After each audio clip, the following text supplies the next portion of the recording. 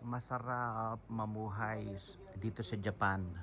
Walang maingay na kapitbahay, walang bungangera, walang chismosa, walang marites, walang nagbibidyoke sa gabi hanggang madaling araw, walang nagbibidyoke sa gabi hanggang sa madaling araw, walang maiingay na kapitbahay, walang nag-aaway, walang nagchichismisan, walang marites, walang mga sugal sa kalye, walang away, walang inuman sa kalye, walang away, walang inuman sa kalye, walang maingay na kapitbahay, walang nagsusugal sa kalye, walang nagmamarete sa kalye, walang nagbibingo sa kalye, walang nagsusugal sa kalye, walang nag-aaway sa mga bahay-bahay o sa loob ng kanilang bahay, walang maiingay na kapitbahay, tahimik.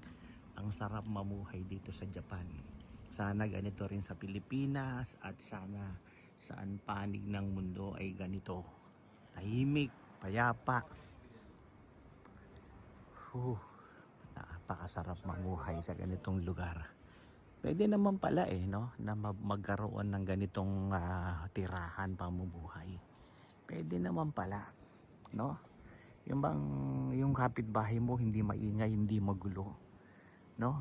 Walang marites, walang nagbibidyoke hanggang madaling araw, hanggang gabi, walang nag-aaway, walang naghahabulan, walang nagmamarites, walang nagsusugal, walang nagbibingo.